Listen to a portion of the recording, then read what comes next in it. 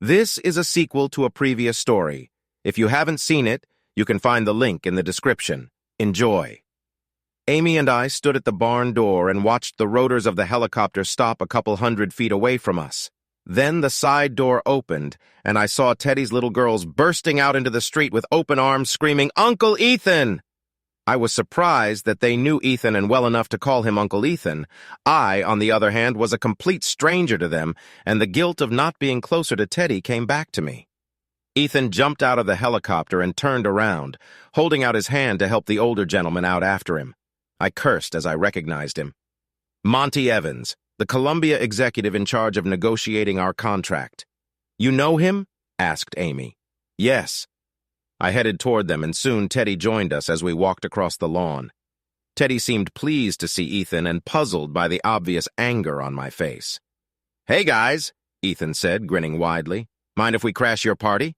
"Of course not," Teddy replied, shaking Ethan's outstretched hand, and then introduced himself to Monty. I, on the other hand, ignored both outstretched hands, preferring to stare. "Come on, Nick," Ethan pleaded. "Don't be like that." "What are you doing here?" I said to Monty. He wrinkled his nose in response. "Well, it's probably not the most, usual way to do it." "I'm on vacation," I replied. Turning to Ethan, I continued. "I thought that point was pretty clear." Ethan ignored my anger and went back to smiling. "Stuff happens," he said. Then he headed toward the house, saying along the way, "The newest shit is the video of you guys last night posted all over the internet." "Sorry, Nick," Monty said. "You too, Mr. Cooper. But this case is taking on epic proportions, and we can't wait any longer or it's going to get a lot worse. I don't suppose you can get the rest of the band down here, can you? The ones you played with last night?" "They're in the house," Teddy said, his voice becoming wary. "Could you both give me 15 minutes of your time?" said Ethan. "With the other guys from last night?" "No," I said. "We're having a sit-down." "It's not." "Nick, can't you just mess with me?" pleaded Monty. "You really don't understand. This shit hit the fan because of the video and the rumors about you, Tara, and Carl." Ethan stopped and turned to me. "God damn it, Nick. You don't understand," he said. "Monty's bosses know the whole story now. Hell, all of Los Angeles knows the whole story, and within 24 hours, it's going to be in all the papers, on the news, on the damn internet. And his bosses are understandably hesitant to even pursue negotiations with Leadfoot at this point. It's all too explosive for them, and they don't want to spend millions to be left with shit in their hands later if Carl's little stunt has lead or could still lead to a major breakup. You know, you could end up on the unemployment line. Your career will go down the drain if we don't get this sorted out before it all goes to shit." I let it all sink in. My first thought was, so what? I was already thinking about quitting. But then Walter's ditty about making sure I had something to do came to mind, and I decided I didn't want to limit my options that much. Monty interrupted my musings. "Yes, things looked pretty bad last night, but that all changed when those videos hit the internet this morning." Teddy smiled. "How so?" Ethan's smile was enigmatic. "Let's wait until the whole group is assembled, okay?" So we walked the last 100 feet in silence. I walked Ethan and Monty to the barn, and Teddy went to gather Will, bassist Rob, and drummer Jimbo. I watched them enter the huge room. Will was tall and burly with unkempt brown hair, a tense, brooding demeanor, and classic pianist's hands, meaning his fingers were damn long. Rob was hiding behind Will's back, but as he stepped around him, he presented blonde hair, clear blue eyes, and a wrestler's build, muscular arms and broad shoulders going to narrow hips and legs. Jimbo was remarkably good-looking, about 510, not thin or fat as farm boys in Grant City are usually built. Short brown hair styled to the side and an open face unable to hide emotion. All three of them fidgeted as Teddy brought them up to speed. Surprisingly, Teddy seemed amused. I had a feeling I knew where this was going, and I'm sure Teddy did too. I expected him to be impatient or aloof, but he only smiled quietly, giving nothing away. "Boys," Monty began looking at the three college students, "I'm sure you're all well aware that your little show last night has aroused, shall we say, interest?" Their smirking looks at each other told me that they were well aware of their YouTube success. "That's all well and good," Monty continued, "but my boss got a call this morning, and he now shares that interest." "Go ahead," Ethan prodded. "Tell them who called." Monty looked at all three of them, then his gaze settled on Teddy. Bob Dylan, if you can believe it, said he'd never heard her better. The singing, the arrangement, all of it. Teddy nodded as if this was just business as usual for him.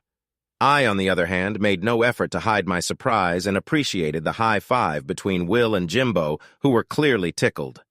I don't care if you like Dylan's music or not. In the industry, he is an unquestioned genius. When Bob Dylan speaks, which is rare, record company executives listen, especially since he reinvented himself about a decade ago and once again proved his ability to create. Teddy, I don't mean to say we liked everything we saw and heard, Monty continued. I spent half the morning going through the other videos from the show. To tell you the truth, they weren't the best quality. Still, we'd like to see what you have if you don't mind. Teddy only nodded. Now? Monty nodded in response. If you don't mind? Teddy looked at the boys, then at me. All of us? I realized what that meant, and so did everyone else. My gaze stopped on Ethan and didn't take my eyes off him. After a moment, he nodded. All of you, he said. Teddy looked at me and shrugged, his smile starting to fade. I guess I'm game, he said. He looked on shore now. Me too, I said. Teddy let out a long sigh. Okay, he said. You guys turn everything back on and I'll go get everyone back here. Wait a minute, Monty said. We'd rather just see you without interruption if you don't mind. Teddy just ignored him and Ethan and Monty turned to me for help. Don't look at me, boys, I said. If this is what you really want, you'd better get used to it. And we did. We played 4 more numbers, 2 rousing tunes, 1 ballad, and 1 medium tempo. Monty recorded everything on a handheld video camera to show to the customers in Los Angeles. Sure, the sound would still suck, but it would still be better than a cell phone video posted on YouTube. When we were done, Monty thanked us and declined our invitation to stay for food. Instead, he promised to call sometime the next day, hopped back into the helicopter, and flew off. Ethan, on the other hand, stayed for the feast. I was amazed, and my guilt at being gone so long was compounded when I noticed that almost everyone knew Ethan by sight. It was already an hour after the show started, and I was helping Teddy pull pork shoulders out of the smokehouse. Are you really interested in this? I asked. He smiled. We'll talk away from prying eyes. We left the shoulders to rest under a massive aluminum foil tent. Meanwhile, I made my rounds, chatting a bit with Mom, Dr. Bob, and Will, all of whom were familiar with each other. Mom planted a bombshell in me when she informed me that she'd helped Teddy recruit Will, Rob, and Jimbo from Chadwick College. It's simple, she said. Just ask the music professors who's worth anything, then set them up with Teddy. He'll take it from there. Half an hour later, Teddy called me into the kitchen to help him slice pork shoulders for sandwiches. He handed me 2 plastic things he called bear claws and showed me how to use them. Then we each sliced 1 shoulder and set to work shredding 50 pounds of fatty pork into a pure barbecue treat. Before he spoke, Teddy let me get settled in. Okay, he said. The answer is yes, I've given it serious thought. I remained silent, not knowing what to say. After a few minutes, I noticed Teddy wasn't shredding anymore and looked up. He was looking at me. Say something. Okay, I replied. Do you have any idea what you're getting yourself into? What you're getting your family into? He smiled his lazy smile. I know exactly what I'm getting myself into, he said. We've been preparing for this day for a very long time. By now I paused, waiting for clarification. The clarification came when Ethan burst through the kitchen door. He looked us both over and said, You're not going to tell him now, are you? Yes, Teddy replied. Might as well get it over with. Tell him what? I asked, feeling dread gripping my limbs. Ethan ignored the question and rummaged through the drawer until he found another pair of bear claws. Then he joined us and started digging through the pork. I realized that not only did he know everyone, but Ethan Rose, the Jewish kid from Jersey, knew how to cut up the pork. Not that I ever knew he didn't care about the kosher table, and even knew where the kitchen utensils were kept. Now I realized it was a setup, and went back to work waiting for an explanation. Finally, Ethan broke the silence. Truth be told, he said, Leadfoot hasn't been anything special since the second album. You're a great songwriter, but all your best stuff was done when you teamed up with Teddy. I nodded. He was right, of course. We'd been riding the wave of our initial popularity ever since, though it was still good enough to sell millions of albums and fill hundreds of arenas. So 5 years ago, Ethan continued, maybe 10 months after the Grammys, when you guys had them down, I flew over to Teddy's. Even then I noticed a slight decline in my songwriting and I wanted Teddy's opinion. So he showed me everything he was still writing. I looked up. I had no idea Teddy was still writing. We definitely hadn't played any of it the night before. It sucks, Teddy said. Good enough to fill an album, Ethan continued, but not a hit. You've always been a better songwriter, Nick, Teddy continued. Ethan has spent the last 5 years trying to talk me into being with you again. So why not just call? I asked. We could have cooperated. You could have stayed out of everything else. I was going to, Teddy said. About 1.5 years ago, I contacted Ethan and told him to reach out to you. But that was in the middle of studio sessions for Cactus Rose, Ethan said, naming our latest album. All the songs were already written and you were burnt out from the studio sessions. The timing wasn't right and we were already running out of record contracts. So why didn't you just wait a while and then tell me, said I. Neither of them met my gaze and I waited for an answer. After a minute, I lowered my bare claws and put my hands on the counter, resting them against it. Fess up, guys, I said. There was more than a hint of growing anger in my words. Teddy looked up first.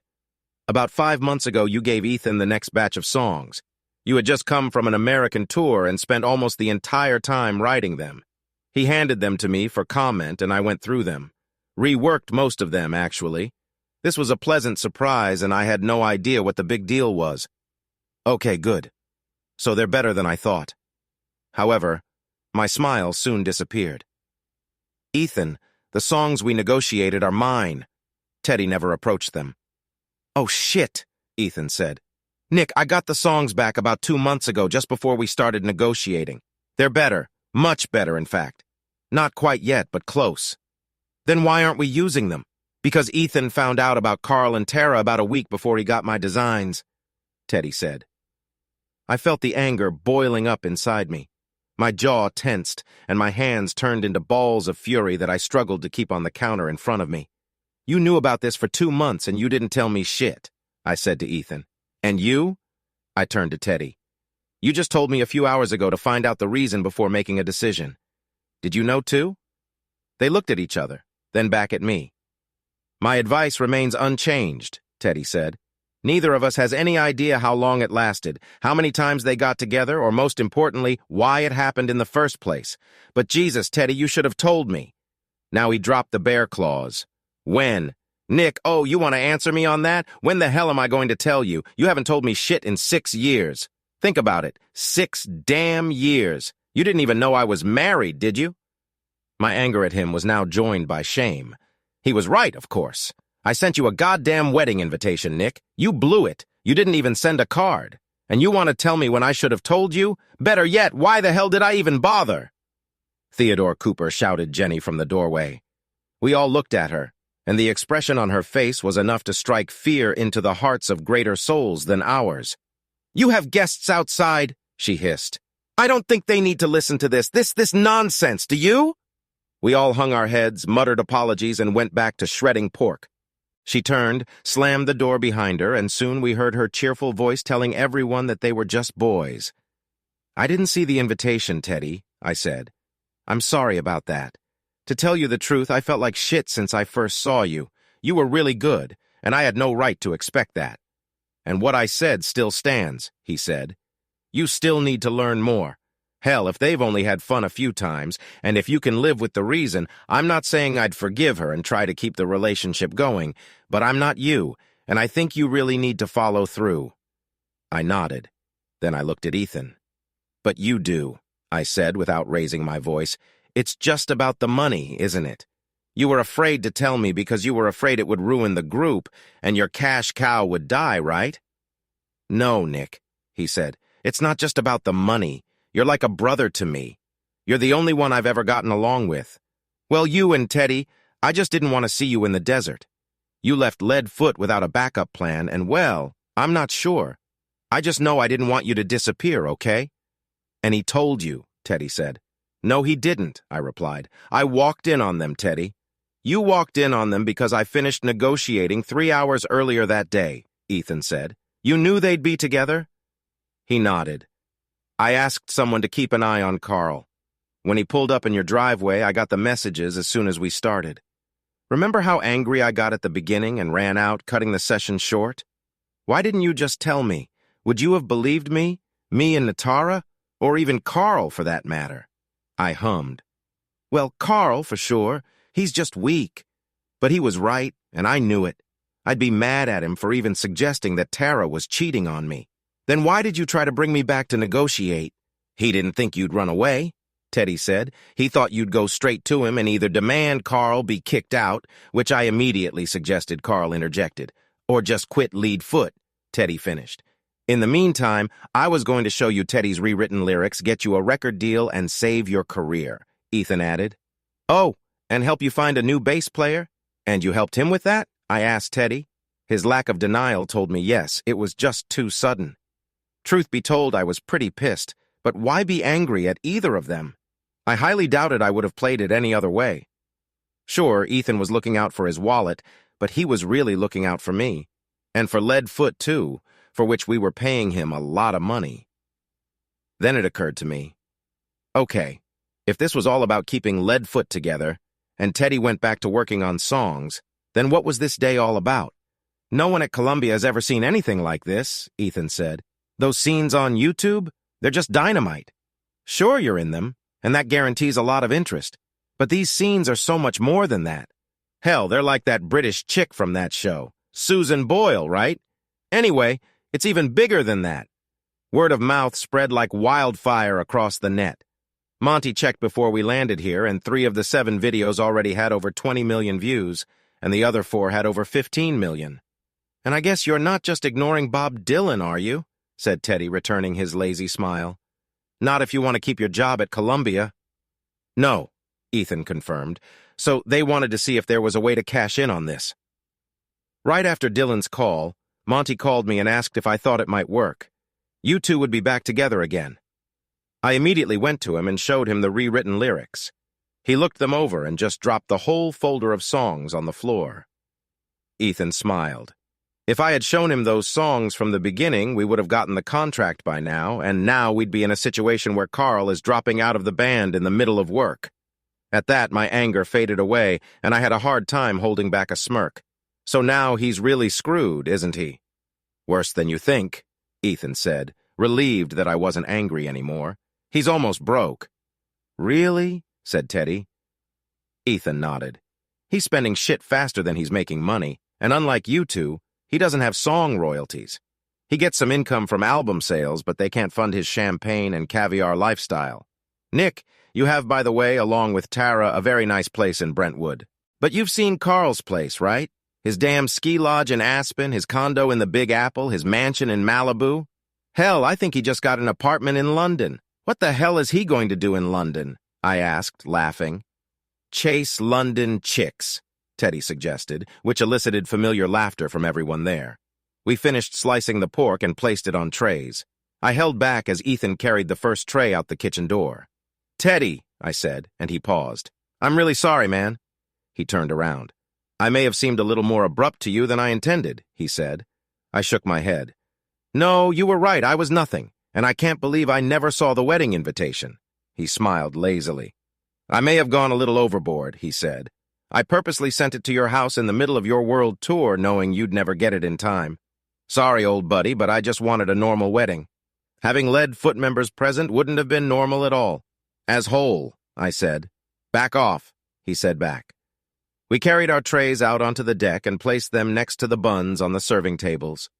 Turning back to the crowd, I noticed Amy watching me with a thoughtful expression on her face. Teddy walked over to her, kissed her forehead, and whispered something. She turned to me again, and her face relaxed.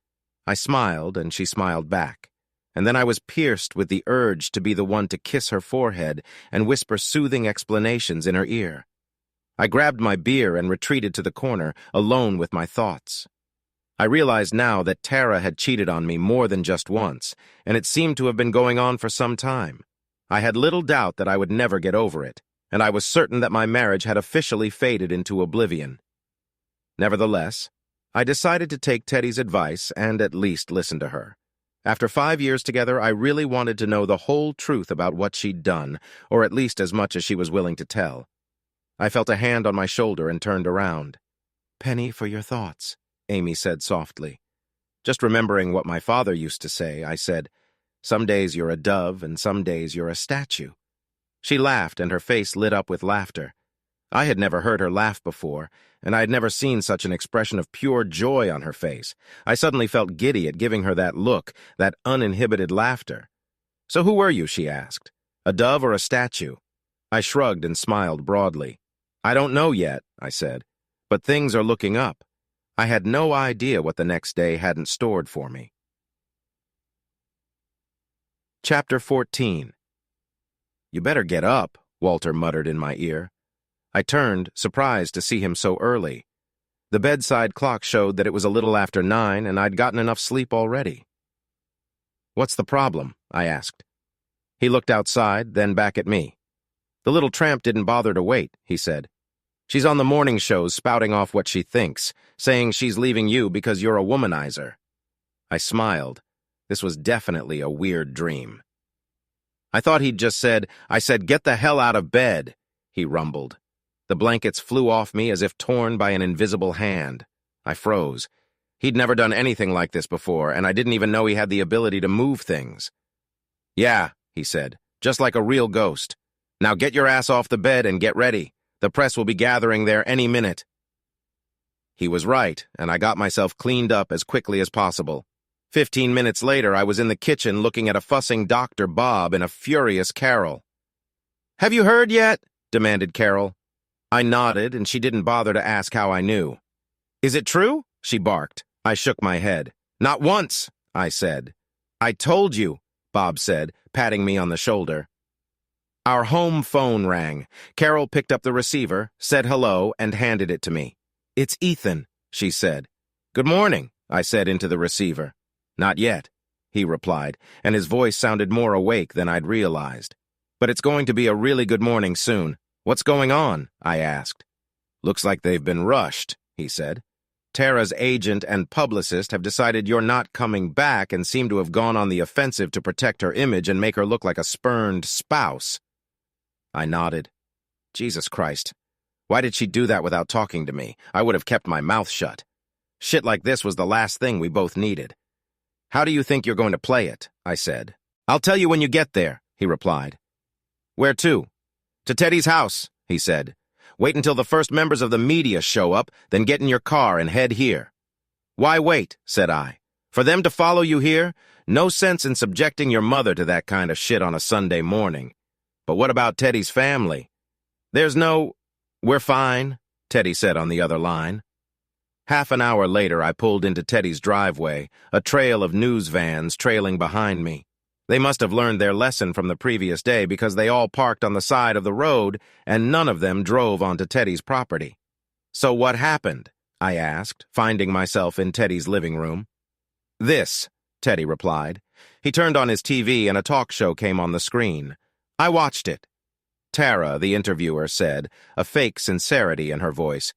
"There's a rumor going around that you're having problems in your marriage. Is that true?" Tara tried to smile, but couldn't. I realized it was a great attempt. I'd seen her do it a million times before. Getting no response, the interviewer smelled blood in the water and pulled out her knives. "I'm sorry if this is unpleasant for you, but there's talk in Hollywood that you've started dating Carl Simpson, your husband's fellow lead footband mate. Is that true?" Tara started softly, and the camera zoomed in on her fainting pain. "Carl and I are friends," she said. "I admit we've been seen together, but he's here solely as a friend to help me through this extremely painful time in my life." The interviewer could hardly contain his glee. "And what painful thing is going on in your life right now?" Tara looked directly at the interviewer and shifted her gaze to one of fierce determination. "Nick is having a series of affairs," she said. "Carl was the only one who shared that information with me." I didn't believe him at first, but my agent, who is also one of my oldest and dearest friends, insisted that I try to verify the stories of Nick's infidelity. We confirmed that Carl was telling the truth. "How many women has Nick dated?" the interviewer asked, not believing her luck. "I'd rather not discuss that," Tara said. Suffice it to say, I told him about my discoveries last Wednesday and he left, and I haven't seen him since. Teddy turned off the TV and turned to me. He tried to keep a lazy smile on his face, but he only succeeded in looking upset about the whole thing. Ethan, on the other hand, was smiling. "Well," he said, "it looks like events have overtaken us." I nodded. It looked like Tara and I weren't going to have that little conversation.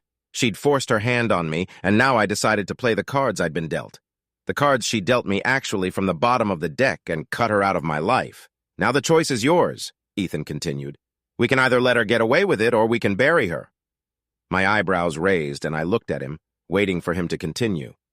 "I've been documenting her little attempt since I found out about it," Ethan said. "We have pictures, video, and affidavits. After our conversation yesterday, I also contacted LA and asked several people to do the digging. I've already heard back from them this morning, and we may be hearing a lot more soon." My jaw dropped. More, said I. "Yes," Ethan replied. "It looks like she slept with several of her co-workers. Half the cast and most of the crew know about it, and some are willing to share the sordid details." I went cold. This was standard Hollywood nonsense, but I had never suspected that my marriage or my loving wife was the norm. However, the past few days had shown me that I was just another part of America's sweetheart's perfect facade. She was a bright, simmering, charming, and loving wife. No. "So what's it going to be?" asked Ethan. I looked at Teddy. He was looking right at me, his jaw clenching and unclenching nervously. "Bury the bitch!" Jenny yelled from the kitchen. I giggled. "You!" I turned to Teddy. He nodded. "Talking isn't going to get you anywhere good, partner. I think you have all the answers now to figure out where your marriage stands. So let's talk about options," I told Ethan. "If we do nothing, and then your career will suffer. Any negotiations for new records for Mustang Ranch will become problematic at best." "Come on," I said. "Shit like this happens all the time. It never hurt Mick Jagger, did it?" Ethan laughed. "No," he agreed. "But then again, Mick Jagger's whole image is always the bad guy. Yours, on the other hand, was always the quiet, thoughtful poet. A good boy, in other words. If left unchecked, you risk ruining the image. From Columbia's point of view, they're risking untold millions on sudden obscurity. Remember, Nick, you have a huge following in both the country and rock markets. The rock fans won't care, but old Marge from Faxville, Mississippi, who goes to church every Sunday and drags her husband with her, she'll have a problem with you." I looked out the window at the multitude of vans lined up along the road, then turned to Ethan again. "Okay," I said. "Tell me how to play." He grinned from ear to ear and opened his briefcase. 20 minutes later, Teddy had the press assembled in the barn. They were ready when I walked in and made my way over to them. "Nick!" they shouted in unison, and then a barrage of questions sprinkled in my direction in an audible cacophony. When they finally quieted down, I began. "Same rules as yesterday, guys," I said. "We'll start with the ladies and then move from left-handed to men." I looked at the young cutie who had started the day before. "Excuse me, but you were first yesterday," I said, and then turned to the elegantly dressed professional woman who had been second the day before. "Mr. Harlan," she began. Her tone was condescending and her eyes blazed with anger. She was either infuriated by my tricks of the day before or furious that I could so blatantly deceive poor Tara Boyd. Ethan suspected she'd be the perfect first choice, and her tone suggested to me that everything would go according to plan. "Miss?" "Lockhart," I replied, trying to keep an innocent look of pain on my face. "Mr. Harlan, your wife told Valerie Plymouth this morning that you've ruined your marriage with a long string of affairs. Is there any truth to her assertions?" I took a deep breath, turned to make eye contact with the assembled reporters, and then turned back to the minx who thought she'd caught my drift. "It is with great regret that I must state that Tara was right, at least in part," I began. At those words, a dozen light bulbs flashed and blinded me for a while. It helped me keep the grimace of pain on my face as I continued. Tara was right that our marriage was definitely over, but she was wrong in claiming that I was ever unfaithful to her or our marriage. With that, I withdrew the contents from the manila envelope I held in my hand. Then I turned to the young cutie from Entertainment Tonight. "Your turn, Miss Miller," I said. "So you claim you've never cheated on your wife?" "Not once," I said. If she has evidence to the contrary, as she claimed this morning, I'd like to see it. Because I'm going to tell you all right now. Until Wednesday afternoon, when I saw my wife and one of my oldest friends in the world doing it in our house, I thought I had the perfect marriage. Now, however, I know that's not the case. Are you saying she was the one cheating? The first man in line asked as lights began to explode in front of my face and cameras and microphones moved closer. Unfortunately, I said, that's exactly what I'm saying. Do you have proof of that? The cougar demanded her disbelief obvious. Your turn, I said to the next man, ignoring her. He looked at the cougar and smiled. Do you have evidence to back up your claims? He asked.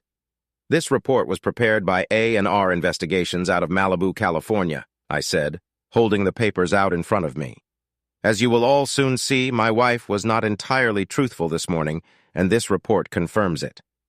What was she not truthful about? The next reporter asked. She was having an intense physical relationship with Carl Simpson for at least the last 2 months, I said, and my voice shook at the end. It took me a moment to pull myself together, and I nearly shit my pants with internal glee, playing the role of the scorned husband to the fullest.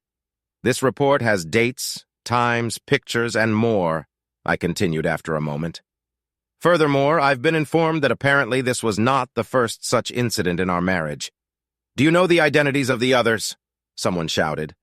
I really don't want to go into details, I said, slipping the report back into the envelope. My manager will be giving you all a redacted version of this report shortly. Until then, I just want you all to understand. I loved my wife with all my heart, and I thought she loved me in return. I was faithful to my marriage and to Tara from the day we met and would never do anything to jeopardize our marriage. I never cheated on her and would go to my grave without doing so. But unfortunately, it was a terrible shock to me to find out that Tara didn't feel or act the same way. The questions sprinkled in again. I ignored them, raising my hands in a gesture of silence. Ladies and gentlemen, I said, I know you all want to ask many more questions. However, I ask that you respect my desire, my need, to deal with all of this in private with the few family and friends who have offered me their support, since I learned of all of this a few days ago. With those words, I turned and walked out of the barn, leaving Ethan to deal with everything else. How did it go? As Teddy. I was exhausted. It had been fun for a while, but now that it was over, it finally hit me. My marriage was ruined. My wife had betrayed me repeatedly, and I had suspected nothing, and now the whole damned world would be watching for a long time to come. Jenny hugged me, tears streaming down her face. You really deserved better, Nick, she repeated. All I could do was hug her back and try to hold back the tears. I succeeded, but barely. Chapter 15. By noon, all the reporters had dispersed, and the guys in the group pulled up to the house. Any word? Ask Jimbo for everyone. He'll be here in about an hour, Ethan replied. That was the first I'd heard of it. Noticing my look, Teddy uttered, Nothing's decided yet, he said. We'll see what they have to say, and then we'll talk amongst ourselves, okay? I shrugged. It wouldn't hurt to listen, but it surprised me that Teddy seemed to be actually considering it. 45 minutes later, Monty pulled up to the driveway in a Lexus SUV. When we were all seated in the living room, Monty began. Columbia wants to sign you to a recording contract, he said. Rob and Jimbo exchanged greetings, and Will shook his fist in excitement. Terms? Asked Teddy. Monty outlined them. Right off the bat, they weren't great, but they did include incentives if album sales matched or exceeded expectations. All in all, it was almost as good as they were offering for Leadfoot, which was surprising given Leadfoot's longevity and popularity.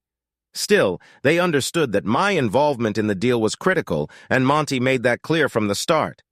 So, Leadfoot is dead? I asked. He nodded. Tar's little antics this morning guaranteed it, he said. Your reaction, while good for you, is killing the group. They have no interest in resigning Leadfoot at a time when the band is in turmoil. What if we get rid of Carl? Asked Ethan. Monty shook his head. It doesn't matter. Then we'll have to deal with the unknown, the new band member, and whether he'll fit in well at the start of a new contract. Then, of course, there's the songwriting. Monty turned to Teddy. It's not just Nick they're insisting on, Monthly said. On the songs, too. And you, They think there's great chemistry between all of you." He looked around at all the band members, making sure they understood. "We need all 5 of you or nothing.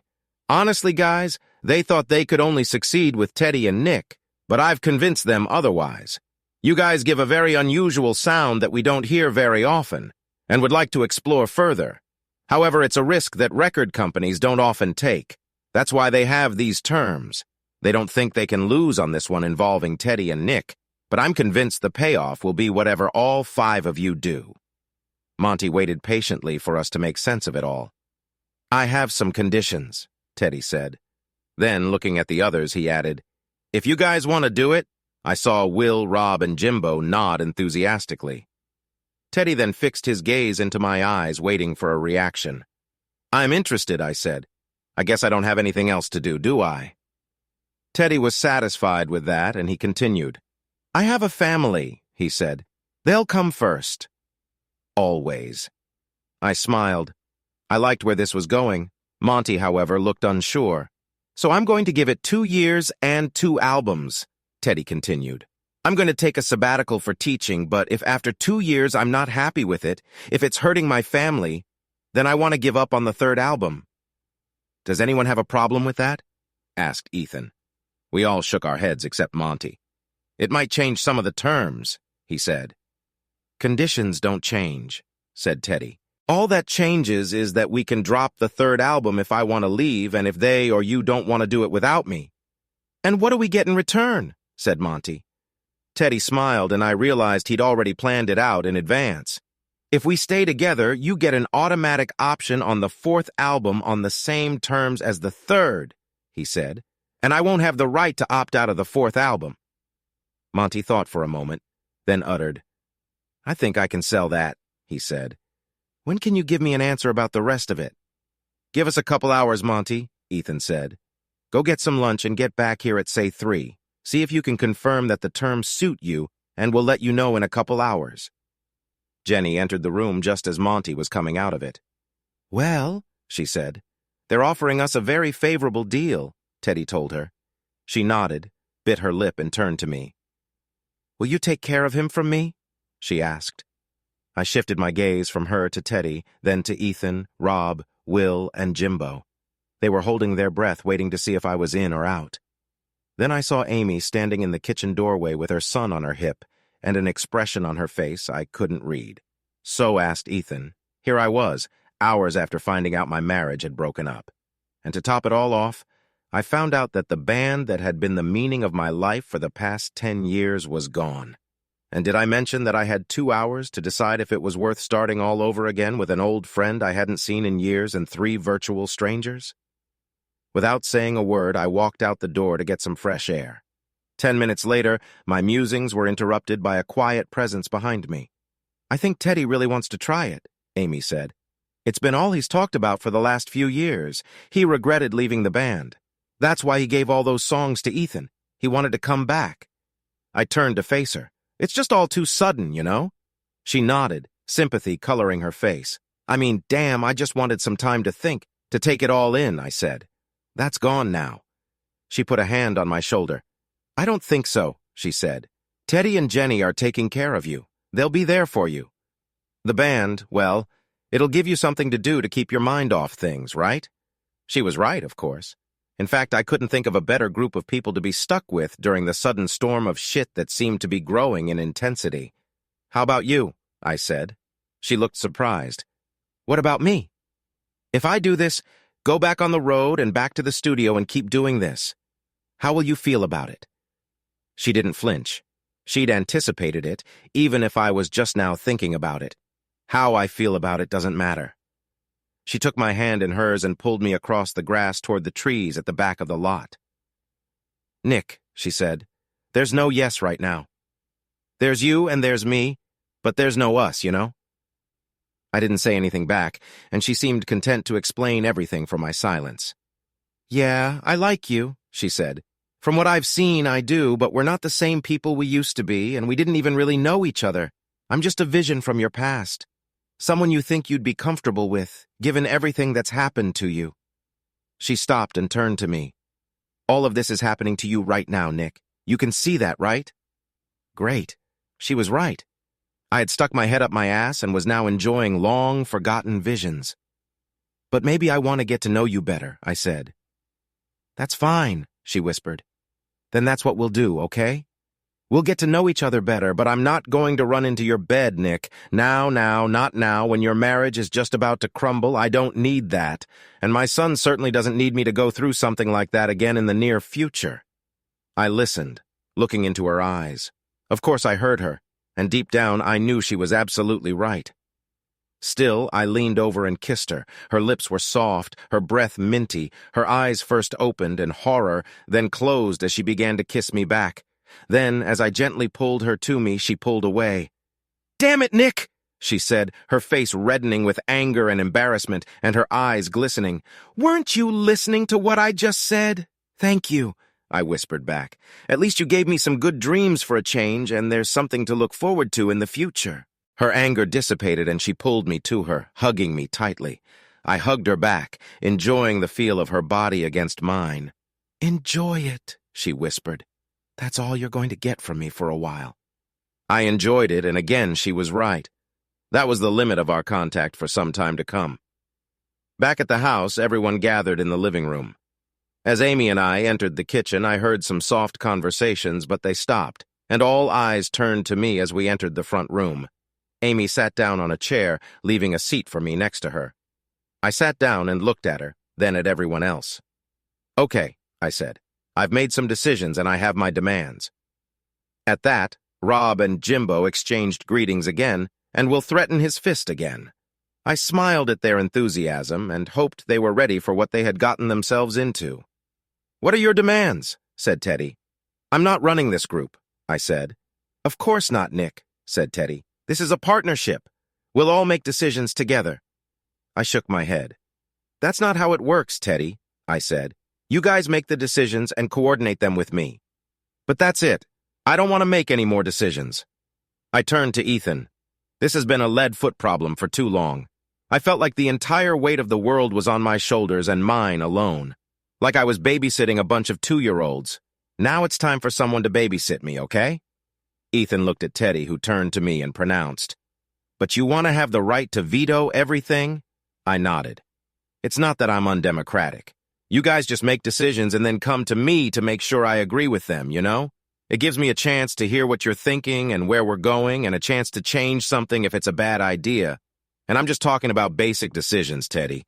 I don't care what we have for dinner, where we stay, or within reason who we hire. Ethan already knows all this shit anyway." I looked at all 4 of them and leaned forward. "There are no majority rules here, guys. Trust me, if 3 of us start turning on the other 2, we're not going to get anywhere. So everyone has to agree on all the major decisions anyway. But I don't want to make any more decisions or even participate in this process, okay? Consider it just keeping me in the loop after you've made the decision yourself." Teddy looked at the other guys, and they all either shrugged or nodded. "Guys," I said, "I'm in no condition to make decisions like that right now. My head is too far up my ass from everything else, so if you want me, here are my terms. Other than that, we're standard and equal partners in everything else. Songwriting is separate, of course, but you'll all have your own chances at that if you want it." "That's fine with me," Will said. Rob looked at Jimbo, got his agreement, and then said, "Us too." I looked at Teddy. "Well, partner, you wanted it, and now you got it. Are you okay with that?" Teddy looked at Jenny, who nodded her head thoughtfully.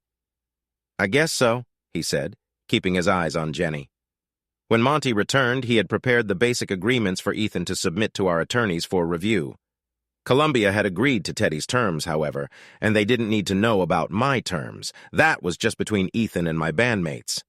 Anyway, in the last 5 days, I had left one of the biggest rock concerts and one of the most famous and beautiful wives in the world.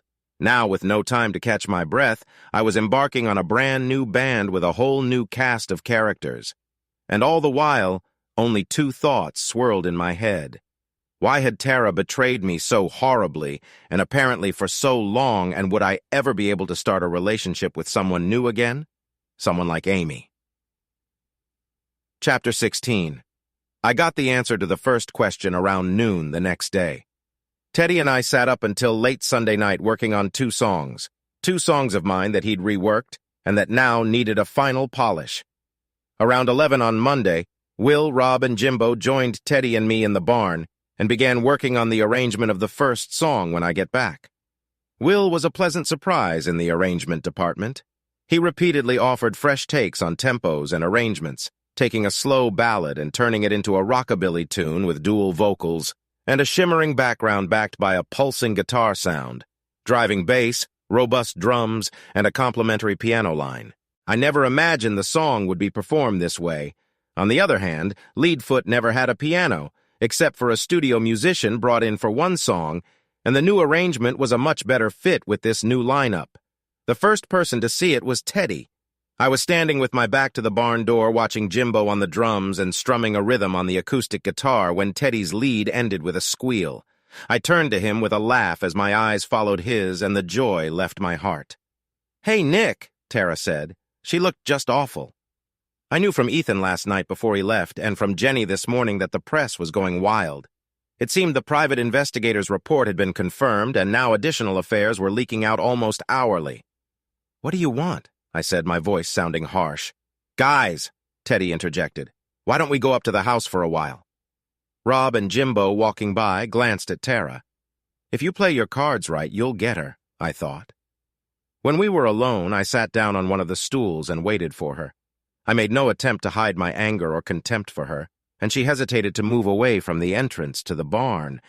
Then she whispered something, and I couldn't make out what it was. "What said I?" "I asked if you could call the dogs off now," she said, and tears streamed down her face.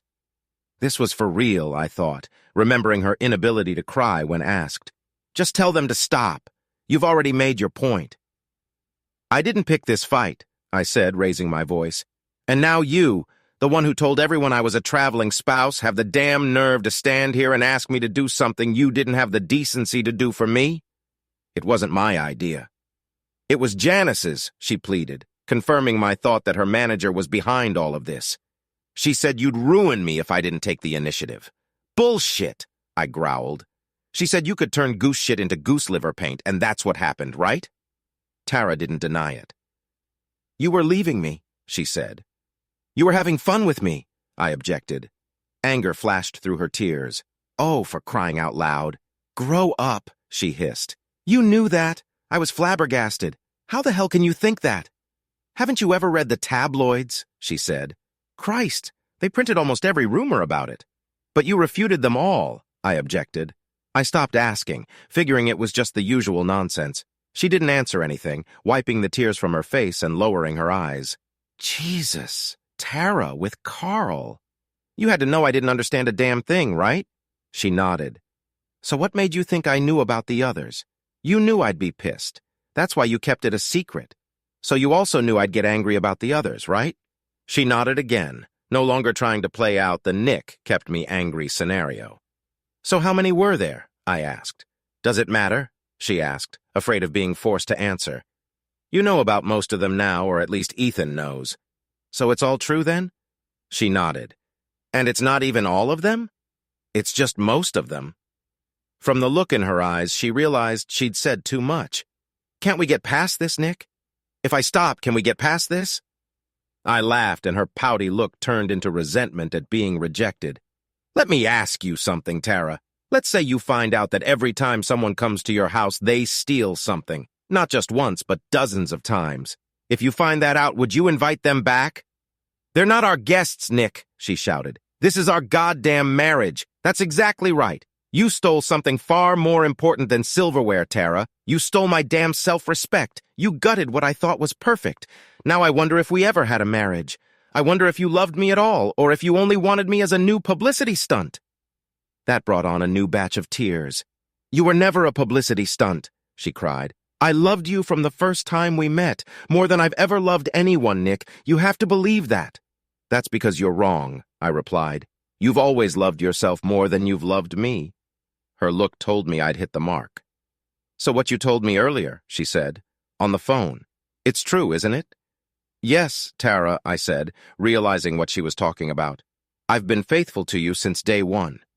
She nodded, wiping the tears from her face again and snorting. "You're right," she finally said. "I'm not good enough for you." She laughed. "Hell, I wouldn't stay married to me." She reached over and touched my face with her fingertips. Please, Nick, for old time's sake, can you get Ethan to call the dogs off? And the divorce will go through a prenup, I asked. No more drawn-out legal nonsense? No more attacks on me in the press? She smiled and nodded. Cross my heart. And my stuff from home? I asked. In my car, she replied, nodding her head toward the driveway. I nodded, thinking about it. What the hell, I thought. This way we'll get this over with quickly and hassle-free. I won't have to go back to L.A., and I'll be done with her with a few strokes of the pen. Best of all, as I realized, the events of the last day had already tarnished her image, and Carl was now just a voice from my past and nothing more. So yes, had I been condescending to her? Perhaps a little. But an immediate cessation of hostilities and the opportunity to move on with my life seemed like a small price to pay. All right, I said. The divorce is formalized immediately. Irreconcilable differences. I'll see the proposed settlement papers by next Monday, and everything will go smoothly. Do you think you can do it? She hugged me back. I promise, she said. You do this and I'll call off the dogs. She broke the hug. You think you can call them off now? The sooner I have the papers, the sooner I can get Ethan off your ass, I said. She wasn't happy, but her look told me she felt better than I expected. Thank you, Nick, she whispered. She leaned over and kissed my cheek. And Nick? I looked at her one last time as my wife. Yes, Tara, I'm really sorry, she said, and tears came to her eyes again. About everything. I didn't mean to hurt you, and I still love you. I'm sorry too, I said, deciding to cancel the dog and just start over if she broke her word. In this case, though, she was true to her word. The next morning, the settlement agreements were delivered by personal courier. Chapter 17. So much for the true story of those crazy 5 days. The rest of the story you all know by now. Carl went bankrupt about 18 months ago. They made him sell all his fancy houses, and he lives in a little house in Malibu. He plays on studio sessions, and you can still see him occasionally on the arm of one star or another. Vince, our drummer from Leadfoot, has completely abandoned music. He'd made some great investments and wasn't going to work a day for the rest of his life while he kept his eye on everything. He's now somewhere in Scotland painting landscapes and playing golf. We chat every couple of months, and he's expressed an interest in working with us on an upcoming album. Will has some great ideas for double percussion, like the old Allman Brothers band used to do. John Balma, the guitar virtuoso from Leadfoot, is now our producer. He's still just as solid, and he works well with Teddy and Will, arranging what Sales has shown to be great tunes. He produces other bands both in Nashville and Los Angeles. Like Vince, he was road-weary, and it all went to his head. Tara, of course, was released from her show when ratings plummeted after her divorce. Of course, the divorce went through quickly, and of course, I immediately called the dogs off, but the damage had already been done, and the press took it upon themselves to keep digging up dirt. She appears in occasional roles, but her credibility has been seriously damaged, and it will be a long time before she's America's sweetheart again. The funny thing is, Rob has finally reached out to her. He told me about it before I even read about it somewhere, all embarrassed and afraid I'd get mad. But I just laughed, especially when he told me that they spent the whole evening in bed, and she was asking about me and talking about me. Even as they were thrashing around the bed in a fit of passion, she called my name now and then. Rob admitted that he would have lost his boner if she wasn't so damn beautiful and energetic. Poor Tara, most angrily ranch, a brothel somewhere in Nevada, tried to rape us over the use of their copyrighted name, and we decided we wouldn't tolerate that even if they were professionals at it. Will brought his bass at Hound to training all the time, and they named him General Beauregard. We all agreed that would be a great name for the band. I don't care what they say behind the Mason-Dixon. We're not named after a Confederate general, although maybe the dog was. 5 months later, General Beauregard's first album was released to universally rave reviews. That album, another happy face with the real General Beauregard on the cover, eventually sold 8 million copies and produced 2 #1 singles on the rock charts and 3 top 10 singles on the country charts. Our next album, Saturday Night Drive-In, released to coincide with the start of our first major tour, surpassed the first and became a diamond, selling 11 million copies in just over a year. The concert tour sold out before we even played our first show, and the reviews were as good, if not better, than the album. Teddy seems to be handling everything pretty well. He takes Jenny and the girls with him on tours and they ride in their own bus. Sometimes I join them so we can work on songs, but it's so rare to get anything done because of the noise all these kids make. Kids? Well, you've got the little Teddy girls in Brighton and Walter. Walter, who you all know from the huge picture on the cover of People magazine, was born 10 months ago to Nick and Amy Harlan, a hometown boy and his beautiful high school sweetheart.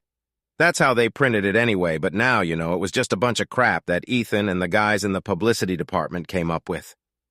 The real story was a little more drawn out. It actually took almost 8 months after that weekend before Amy agreed to go out on a date, and several more months before she finally accepted the proposal I'd made on that first date, and all the ones that followed. She accepted proving to me that everything you hear about quiet and reserved girls is true, and she spent almost every spare minute since then trying to drive me to an early grave. I'm not quite there yet, though, and I hope she keeps coming up with new tricks to throw me off balance. We live in a house not far from Teddy, Jenny, and the girls. We managed to maintain a semblance of normalcy in Grant City, where everyone has known both of us for most of our lives and doesn't really care if we make much money. And Walter? Well, I'll leave that for another day and another story. Suffice it to say that he has forgiven me and sent his regards to you. The end. If you enjoyed this video, don't hesitate to like, share, and subscribe to the channel so you don't miss others like it.